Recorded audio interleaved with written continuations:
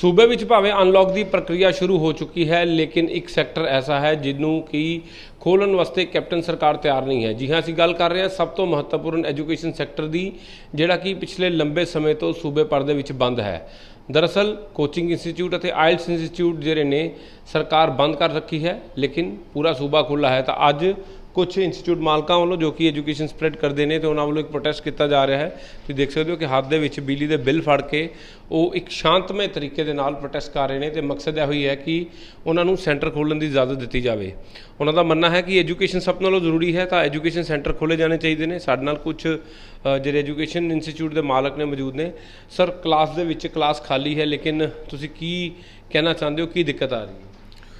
Sir, जो lockdown की प्रक्रिया शुरू हुई, सानू सब तो पहलों बंद किया गया जिम्स के नाल, अपने मैरिज पैलेसिस के नाल। हुण मैरिज पैलेस जिम सारे खोल दिते गए, पर सानू परमिशन नहीं मिली। सर, जे साडे कोचिंग सेंटर या आयल्स या पीटी सेंटर की आपां पर्टिकुलर गल करिए, सर साडा केस एक स्कूल ते कॉलेज तो बहुत ही डिफरेंट है। उसका रीज़न है कि सर जिन्ने स्टूडेंट साडे को पढ़न आते उन्हां दी एज 18 साल तो उपर है। सैकेंड, एग्जाम्स नूं सर ऑफलाइन कंडक्ट करने की परमिशन मिल चुकी है, बच्चे पेपर देन जा रहे हैं, बट उन्होंने एक लीगल लाइसेंसड जेडे कि सेंटर्स आ उन्होंने तो कोचिंग नहीं मिल रही। उहदे कारण बच्चों के विच उन्हां दे मापिਆਂ 'ਚ एक बहुत वड्डा स्ट्रैस फैक्टर है कि साडे स्टूडेंट साडे बच्चे किस तरह कंपीट करेंगे टैसट जे तुसीं उन्हां नूं एजुकेशन नहीं दोगे। सर, फॉरन दे विच उन्हां दा सैशन मिस हो सकता है। थर्डली सर, अही सारियां SOPs नूं फॉलो कर सकते हैं। जे गवर्नमेंट एक थिएटर खोलने की परमिशन दे सकती है, तो एक वीक बच्चों नूं क्लास 'ਚ बैठन की क्यों नहीं? एक बस जिहड़ी चलती है, जे उहदे अंदर तुसीं 30 बच्चों 50% दे नाल 30 सवारियां नूं परमिशन दिंदे पए हो, तो की पढ़ाई की कोई अहमियत नहीं है कि उन्होंने कोई एक स्टूडेंट नूं पढ़न का मौका नहीं मिलना चाहिए? सर, सेंटर बंद होने के कारण साडा बहुत वड्डे गिनती विच स्टाफ जिहड़ा वै वो नीयरली बेरोजगार हो रहा है। साडे अपने बहुत सारे खर्चे है, बिजली के बिल आ रहे हैं। सर, ज़्यादातर सेंटर किराए पर है, अही उन्होंने किराए भी पे करते पे हैं। और जो और इस तरह ही हालात चलते रहे, पिछले लॉकडाउन के जो लॉस पूरे नहीं होए, तो नवा जिहड़ा वै सर उहदे विच असीं होर लॉस सफ़र करन लग पे हैं। साडी ते सर इंडस्ट्री जिहड़ी है इस तरीके नाल कोलैप्स कर जाएगी। पूरे पंजाब 'च गल कीती है, किन्ने क एजुकेशन अते आइल सेंटर ने? सर, जे पंजाब लैवल की गल की जाए तो घट तो घट सर 15-16 हज़ार आयल सेंटर्स की नंबर आएगा। जो अमृतसर डिस्ट्रिक्ट की गल की जाए तो 600 के करीब लाइसेंस शुदा DC साहब के आयल सेंटर है। और ये सारे सेंटर्स दे विच जे आपां इंपलॉई लाइए सिर्फ अमृतसर डिस्ट्रिक्ट ही, तो उन्होंने नंबर हज़ारां च है। सर, वो सारे बेरोजगार है। रोज़ सानू फोन करके पूछते हैं कि असीं किदों काम ते आना है। जे बाहर निकलीए सर, रेहड़ियां लगदियां पईयां, पिज़्ज़ा विकदा पिया, कॉफ़ी विकदी पई है, रेस्टोरेंट चलते पे है, और साडे सारे इंपलॉई जिहड़े आ बेरोजगार होकर घर बैठे। असीं आप बेरोजगार हाँ। स्टूडेंट स्ट्रैस दे विच जे चक्कर लाते हैं, तो उन्होंने यही कहते हैं कि क्लास नहीं लै सकते। सो एक लॉ अबाइडिंग एक लीगल सेंटर सफ़र करता पिया, और असी गवर्नमेंट नूं रिक्वेस्ट करते हैं कि जल्द तो जल्द साडे सेंटर खोल के एक सानू साडे स्टूडेंट्स नूं पढ़ाई का मौका मिले, और अही अच्छे तरीके नाल काम कर सकी। अही सरकार थ्रू जे सानू 50% स्ट्रेंथ दे नाल परमिशन दिंदे आ, कोई reduced strength reduced number of hours की भी परमिशन दिंदे आ, तो अही उन्हां दियां सारियां SOP मनण लई तैयार हाँ। सर, ਜਿਹੜੇ प्रोफैशनल ਜਿਹੜੇ कोर्सिस ने, अगर गल की जाए, अगर तुसीं +2 तो बाद बच्चे ने प्रोफैशनल कोर्स 'ਚ जाना है, अगर सेंटर्स ਇਹੋ ਜਿਹੇ बंद रहते तो उसकी पढ़ाई का कितना असर पैंदा? बहुत ज़्यादा असर पैंदा जी। वेखो, जिहड़ी चीज़ असीं पढ़ाउने आइलट्स, ਉਹਦਾ पेपर शुरू हो चुका। वो पेपर शुरू होए नूं हुण हफ्ता हो चुलिया, तो जदों वो पेपर शुरू हो सकता, जदों बंद किया है गवर्नमेंट ने, उदों रेस्टोरेंट जिम के नाल बंद किया है। तो जदों खोलण का टाइम आया, उदों सरकार सानू भुल गई है जी।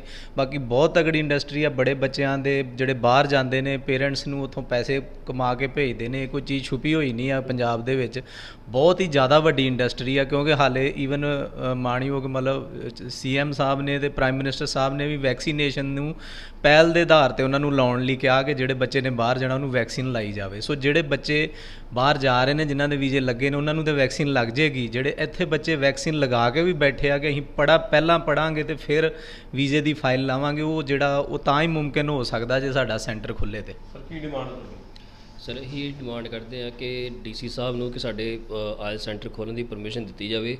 ਜੇਕਰ ਇਹੋ ਜਿਹਾ ਨਹੀਂ ਸਾਨੂੰ ਪਰਮਿਸ਼ਨ ਮਿਲਦੀ ਤਾਂ ਅਸੀਂ ਪ੍ਰੋਟੈਸਟ ਕਰਕੇ ਚਾਬੀਆਂ ਜਿਹੜੀਆਂ ਡੀਸੀ ਸਾਹਿਬ ਨੂੰ ਹੈਂਡਓਵਰ ਕਰ ਦਾਂਗੇ। ਪ੍ਰੋਟੈਸਟ ਹਾਲੇ ਨਹੀਂ ਕਰਨਾ ਚਾਹੁੰਦੇ ਜੀ? ਨਹੀਂ, ਹੱਲੇ ਆਪਾਂ 25 ਜੂਨ ਦੀ ਵੇਟ ਕਰਦੇ ਹਾਂ ਕਿ ਉਦੋਂ ਗਾਈਡਲਾਈਨਸ ਆਉਣੀ ਹੈ, ਅਤੇ ਜੇਕਰ ਸਾਡੀ ਗਾਈਡਲਾਈਨ ਸਾਡੇ ਕੋਚਿੰਗ ਸੈਂਟਰ ਨਹੀਂ ਆਉਂਦੇ ਤਾਂ ਅਸੀਂ ਡੈਫੀਨੇਟਲੀ ਜਿਹੜੀ ਚਾਬੀਆਂ ਹੈਂਡਓਵਰ ਕਰ ਦਾਂਗੇ। ਸਰ ਜੀਐਸਟੀ ਦਾ ਵੀ ਕੋਈ ਨੋਟਿਸ ਆਉਂਦੇ ਜੀ ਲਗਾਤਾਰ? ਸਰ ਅਸੀਂ GST ਪੇਅਰ ਆ ਜੀ। ਲਾਸਟ ਈਅਰ ਤੋਂ ਸਾਡੀਆਂ ਜਿਹੜੀਆਂ ਸੇਲ ਸੀ ਉਹ 2019 ਦੇ ਕੰਪੈਰੇਟਿਵ ਤੇ ਬਿਲਕੁਲ ਹੀ ਅੱਧੀਆਂ ਹੋ ਗਈਆਂ ਸੀ। ਉਹਦੇ ਕਾਰਨ GST ਡਿਪਾਰਟਮੈਂਟ ਨੇ ਵੀ ਸਾਨੂੰ ਕਾਲ ਕੀਤਾ, ਸਾਨੂੰ ਪੁੱਛਿਆ ਕਿ ਤੁਹਾਡੇ GST ਰਿਟਰਨਸ ਫਾਲ ਆ ਰਹੀਆਂ ਤੇ ਸਾਡੇ ਸੈਂਟਰ ਹੀ ਬੰਦ ਹੈ ਤੇ ਅਸੀਂ GST ਤੇ ਸਾਡੀ ਫਾਲ ਹੀ ਆਣੀ ਹੈ ਸਰ। ਇੱਕ ਕੰਟਰੀਬਿਊਸ਼ਨ ਵੀ ਘਟੀ ਹੈ। ਅਸੀਂ ਬਹੁਤ ਜ਼ਿਆਦਾ ਪ੍ਰੈਸ਼ਰ ਦੇ ਵਿੱਚ ਹਾਂ ਸਰ। EMPLOYEE ਦਾ ਵੀ ਨੁਕਸਾਨ? ਸਰਕਾਰ ਦੇ ਟੈਕਸ ਦਾ ਤਾਂ ਡੈਫੀਨੇਟਲੀ ਨੁਕਸਾਨ ਹੈ ਸਰ। ਇਮੀਗ੍ਰੇਸ਼ਨ ਸੈਕਟਰ ਵੀ ਕੰਟਰੀਬਿਊਟ ਕਰਦਾ ਹੈ। ਸਾਡੇ ਕੋਚਿੰਗ ਸੈਂਟਰ ਤੇ 18% GST ਹੈ, ਉਹਨਾਂ ਦਾ ਇੱਕ ਟੈਕਸ ਦਾ ਬਹੁਤ ਵੱਡਾ ਨੁਕਸਾਨ ਹੈ। ਜਲਦ ਤੋਂ ਜਲਦ ਸਰ ਸਾਨੂੰ ਮੌਕਾ ਮਿਲੇ ਤਾਂ ਕਿ ਇਹੀ ਆਪਰੇਟ ਕਰ ਸਕੀਏ। ਔਰ ਲੀਗਲ ਸੈਂਟਰ ਲਾਅ ਅਬੋਇਡਿੰਗ ਸਭ ਤੋਂ ਜ਼ਿਆਦਾ ਸਫਰ ਕਰ ਰਹੇ ਆ ਸਰ। ਬਿੱਲ ਕਿੰਨੇ ਆ ਰਹੇ ਨੇ ਜੀ? ਬਿੱਲ ਜੀ ਤੁਸੀਂ ਇੱਥੇ ਵੇਖ ਸਕਦੇ ਜੀ।